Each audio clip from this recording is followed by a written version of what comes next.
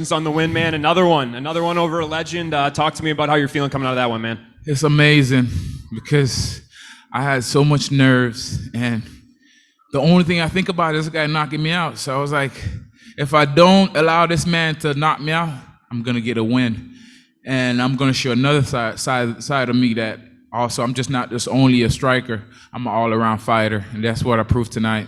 I can do whatever it takes to get the job done. And you look very composed there in the first round. You stayed on the outside. You were able to use your grappling. How difficult is it when you fight Paul Daley not to get like sucked into that sort of brawl we saw last time? Yeah, because I studied Paul Daley, and like I said, I look up to him. And my mission coming into this fight, it wasn't to aggravate him or antagonize him. Only time when I was planning on antagonizing him is when I'm in the cage and frustrate him to come forward so I could take him down, and that's what I did tonight. Now, this is the first time that there's been fans back, and some of them, I think every time they see Paul Daley fight, they think they're going to get that sort of fight. So was that another challenge for you, not to get like convinced by them to do something stupid? No, you know what? I told myself, like, don't fight for the fans. Fight for you and your well-being and your family and everyone who believes in you that you could get the job done. Because I fought in front of the fan more than I fought without the fans. Sometimes, no matter what you do, you come out here and give it 150. They're never going to be satisfied if they don't see what they want to see. You're kind of in an interesting position now. I know the title fight's going to be going on here in a second, but with MVP kind of in the on-deck circle, I mean, where do you think you fit in? Do you feel like you and Michael could fight? Do you want to wait and fight somebody else? Just kind of talk to me about your future, man. Well, the only way I will fight, like I said, within 4 weeks or 6 week time, unless Scott Coker signed Logan Paul, and I'm getting a hefty payday. So why sit home on the couch? I will come and fight again. So right now, MVP. If once Douglas Lima loses tonight, maybe gonna see a matchup with MVP and Douglas Lima, and I will be fighting Amosov because that's the fight everybody want to see. Yes. Congratulations on the win, Jason. 5 in a row now. You're just getting all these legends. It just seemed like, a few years back, this is the guy that couldn't get over the hump. And now you're getting over the hump and you're leaping over the hump. Like, how does it all feel now adding Paul Daley to the resume compared to where we were like 5 years ago? It's one of the greatest feelings of all time right now at this moment in my career. Getting a legend, a guy who have over 60 fights. And as you can tell, I've been fighting a lot of opponent with more experience than I do. Over 30 fights, 40 fights, 60 fights. Just check my resume, and you look at all 5 opponents who I beat. They all had more experience than I did. And you said you didn't want to antagonize Paul Daley, but did you kind of like lure him into a false sense of security? Because you landed that beautiful counter right hand. It seemed like he was getting in that mode, like, all right, this dude's going to stand with me. And then as soon as he sort of moved forward, you took him down. Did you kind of like lure him into that? Did you? He tries to lure his opponents in, but did you actually lure him in to your style? Yeah, well, I think he was surprised because he thought he was the only one who could punch and could punch hard. So when he actually felt my counter, he knows he had to be a little caution.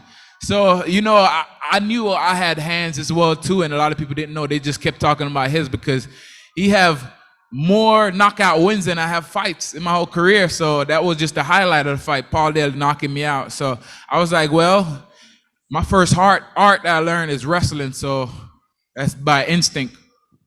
All right, we'll take a couple more questions here. Chris, go ahead. Chris Connor here from the Blue Wire Hustle Network. Congratulations, Jason. Beautiful win. It's now, as you said, a nice little win streak here, 5 straight fights, including Paul Daley, Neiman Garcia, Benson Henderson. Do you now go into fights expecting to win? Because I know we started off and there was always – I guess for you, worries of, all right, can I hang with this guy? Can I beat him in wrestling? You've now gotten to that point where you have. Are you now confident that you can beat almost anybody in the cage no matter what because you're just at that level? You have the answers to the test, as they say. Yes. And I proved tonight that the weight will not be a difference. It doesn't matter. I'm saying? Speed is power. And by me taking this fight tonight, it showed that I could beat anyone in division, and I'm not just sitting around, looking for a handout. So, yes, I'm all around. I'm an all-around fighter, and this the new era of fighter that's gonna take over sport. Chris? Hi, Jason. Congrats on the win. I noticed after the final bell sounded, you and Paul Daley shared some words. What were they? Oh, the word was like, man, thank God it's over. Because yes, I was going in there like, I don't want to get knocked out by this guy. I know what this guy capable of. I have to be the best Jason Jackson. So I was just telling him like, hey man, that uppercut that you hit me with, oh man, you hit me in the eye that I injured last fight. So I was like shocked to just see redness. I was like, man, I gotta get that takedown. Oh Lord. I was just so happy to get that takedown. Jeff? Jeff Brentley from the Man in the Cage podcast. Congrats, Jason. Your wrestling tonight was on point. Your level changes everything. Do you think people sometimes underrate your wrestling in the cage? Yes, they do. And when they find out that my wrestling is the one who actually set up the striking and my striking actually set up my wrestling. But, you know, this fight, I was not kicking a lot because I had a big hematoma on my shin.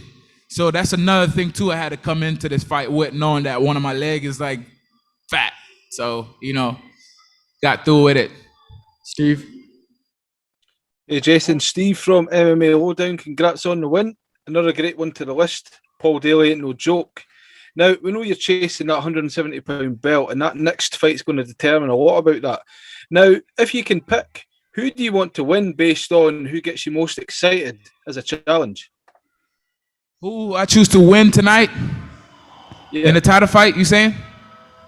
Yeah, who gets you most excited in the final? Who do you want to fight most? Amosov. All right, last question here. Santiago?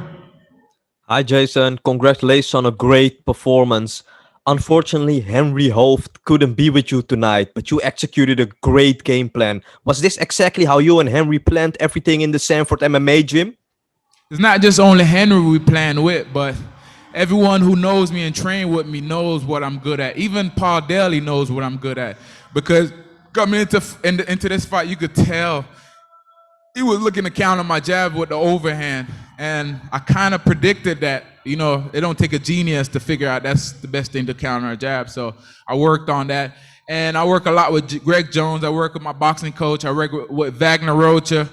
I work with a lot of people into this camp. That's just like 5 different coaches. Corey Peacock, this was the strongest I ever felt. And I just feel amazing. I just know what works for me now and what don't. Thanks, Jason. Congrats on the win. Recording stopped.